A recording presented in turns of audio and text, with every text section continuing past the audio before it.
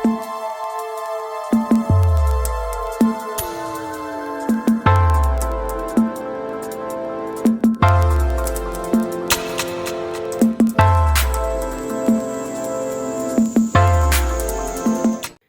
Friends, ನಮಸ್ಕಾರ.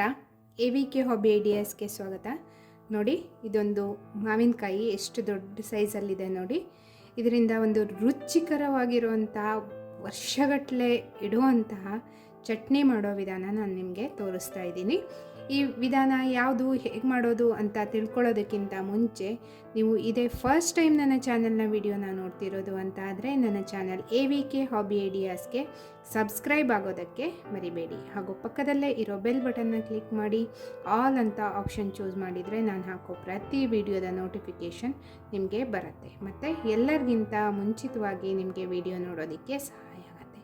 ಬನ್ನಿ friends, ಇವತ್ತಿನ ವಿಡಿಯೋದಲ್ಲಿ ರುಚಿಕರವಾಗಿರುವಂತಹ ಮಾವಿನಕಾಯಿ ಚಟ್ನಿನ ಹೇಗೆ ಮಾಡೋದು ಅಂತ ನೋಡಿಬಿಡೋಣವಾ. ನೋಡಿ, ಈ ಮಾವಿನಕಾಯಿನ ನೆಕ್ಸ್ಟ್ ನಾನು ಸಿಪ್ಪೆ ತೆಗೆದು ನೀಟಾಗಿ ಸಣ್ಣದಾಗಿ ತುರ್ಕೋತಾ ಇದ್ದೀನಿ. ನೋಡಿ, ಇವಾಗ ನಾನು ಮಾವಿನಕಾಯಿನ ತೊಗೊಂಡ್ಬಿಟ್ಟು ಕ್ಲೀನಾಗಿ ಒರೆಸಿ ಇಟ್ಕೊಂಡಿದ್ದೀನಿ. ಸ್ವಲ್ಪನೂ ನೀರಿನ ಅಂಶ ಇರಬಾರ್ದು. ಹೀಗೆ ಸಿಪ್ಪೆ ಸಹಿತ ನಾನು ಇಷ್ಟು ಮಾವಿನಕಾಯಿನ ತುರಿತಾ ಇದ್ದೀನಿ.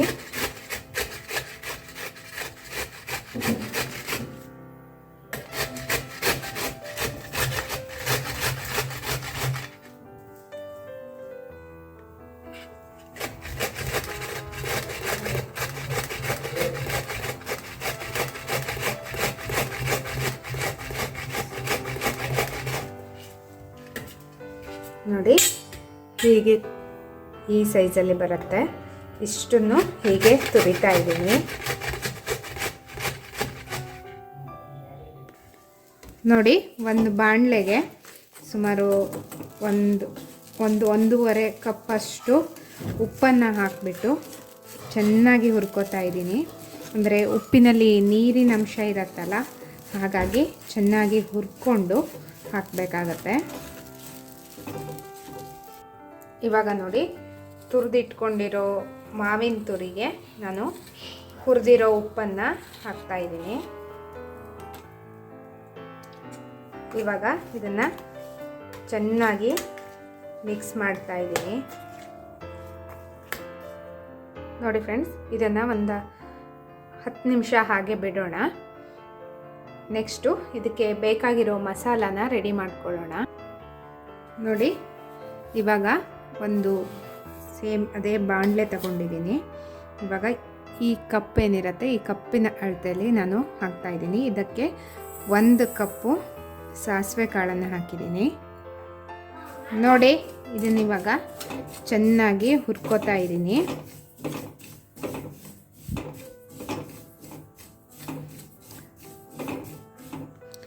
ನೋಡಿ ಫ್ರೆಂಡ್ಸ್, ನಾನು ಅದು ಮಾವಿನಕಾಯಿ ತೋರಿಸಿದ್ನಲ್ಲ, ಆ ಸೈಜಿನ ಮಾವಿನಕಾಯಿ 1 kg ಇರುತ್ತೆ.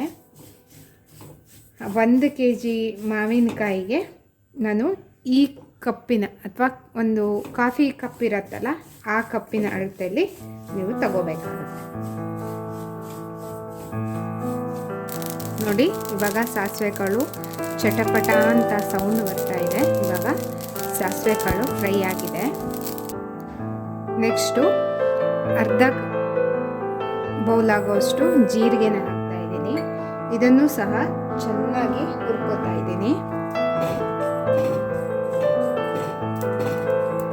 ನೋಡಿ, ಜೀರಿಗೆನು ಘಮ ಘಮ ಅಂತ ಪರಿಮಳ ಬರ್ತಾ ಇದೆ.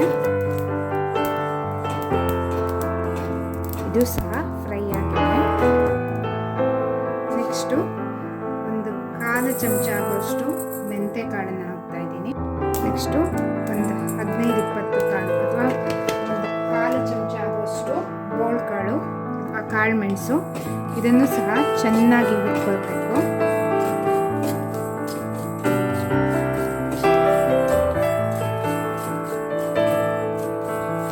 ನೋಡಿ, ಮೆಂತೆ ಕಾಳುಗಳೆಲ್ಲ ಕಲರ್ ಚೇಂಜ್ ಆಗ್ತಾ ಇದೆ.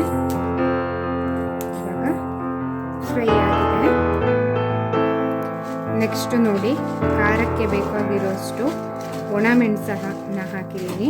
ಮೆಣಸು ಕ್ರಿಸ್ಪಿ ಆಗೋವರೆಗೆ ಹುರ್ಕೋಬೇಕು. ನೋಡಿ, ಒಣ ಮೆಣಸು ಸಹ ಕ್ರಿಸ್ಪಿಯಾಗಿದೆ. ನೋಡಿ, ಎಲ್ಲ ಮಸಾಲಾನು ಹುರಿದಿರೋದನ್ನು ನಾನು ಒಂದು 10 ನಿಮಿಷ ಹಾಗೆ ಇಟ್ಟು ನುಣ್ಣಗೆ ಪೌಡರ್ ಮಾಡ್ಕೊತಾ ಇದ್ದೀನಿ. ನೋಡಿ, ಇವಾಗ ಮಸಾಲ ಪೌಡರ್ ರೆಡಿ ಇದೆ. ನೋಡಿ, ತುರಿದಿಟ್ಟಿರೋ ಮಾವಿನಕಾಯಿ ಎಲ್ಲ ನೀಟಾಗಿ ರಸ ಬಿಟ್ಟಿದೆ. ಇವಾಗ ಮಾವಿನ ತುರಿ ಇದೆಯಲ್ಲ, ಅದನ್ನು ನಾನು ಗ್ರೈಂಡರ್ಗೆ ಹಾಕ್ತಾ ಇದ್ದೀನಿ. ನೆಕ್ಸ್ಟು ಪುಡಿ ಮಾಡಿಟ್ಕೊಂಡಿರೋ ಮಸಾಲ ಪೌಡರ್ನೂ ಸಹ ಅಷ್ಟನ್ನು ಗ್ರೈಂಡರ್ಗೆ ಹಾಕಿದ್ದೀನಿ.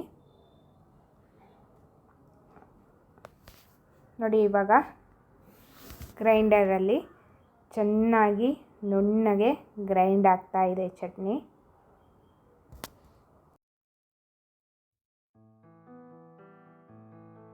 ಇವಾಗ ಚಟ್ನಿ ಫುಲ್ ಗ್ರೈಂಡ್ ಆಗಿದೆ.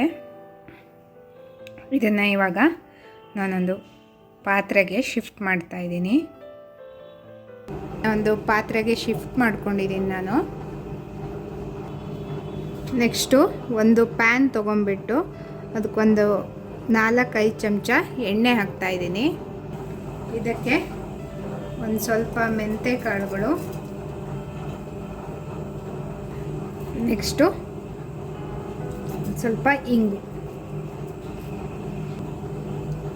ನೋಡಿ, ಮೆಂತ್ಯಕಾಳು ಚೆನ್ನಾಗಿ ಕಲರ್ ಚೇಂಜ್ ಆಗೋ ಹಾಗೆ ಫ್ರೈ ಆಗಬೇಕು.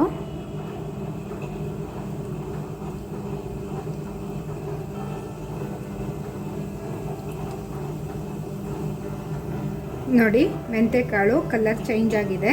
ಇವಾಗ ರುಬ್ಬಿ ಇಟ್ಕೊಂಡಿರೋ ಚಟ್ನಿನ ಇದಕ್ಕೆ ಹಾಕ್ತಾ ಇದ್ದೀನಿ.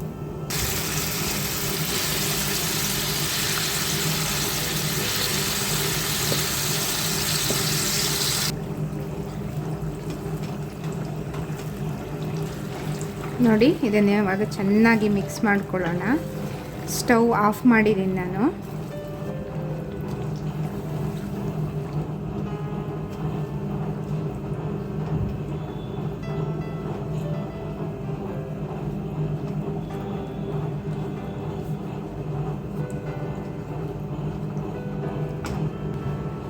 ನೋಡಿ ಫ್ರೆಂಡ್ಸ್, ಇವಾಗ ರುಚಿಕರವಾದ ಮಾವಿನಕಾಯಿ ಚಟ್ನಿ ರೆಡಿಯಾಗಿದೆ. ನಾನು ಆವಾಗೇ ಹೇಳಿದ ಹಾಗೆ ಇದಕ್ಕೆ ಒಂದು ಸ್ವಲ್ಪನೂ ನಾನು ನೀರಿನ ಅಂಶನೇ ಮುಡಿಸಿಲ್ಲ, ಒಂದು ಡ್ರಾಪ್ ಸಹಿತ. ನೋಡಿ, ಇವಾಗ ಇದು ಬಿಸಿ ಎಣ್ಣೆ ಹಾಕಿದ್ದೀನಲ್ಲ, ಅದಕ್ಕಾಗಿ ಸ್ವಲ್ಪ ತಣ್ಣಗಾಗೋವರೆಗೆ ಹಾಗೆ ಬಿಡ್ತಾ ಇದ್ದೀನಿ. ನಂತರ ಇದನ್ನೊಂದು ಗಾಜಿನ ಬಾಟಲ್ಗೆ ಅಥವಾ ನಿಮ್ಮಲ್ಲಿ ಏನಾದರೂ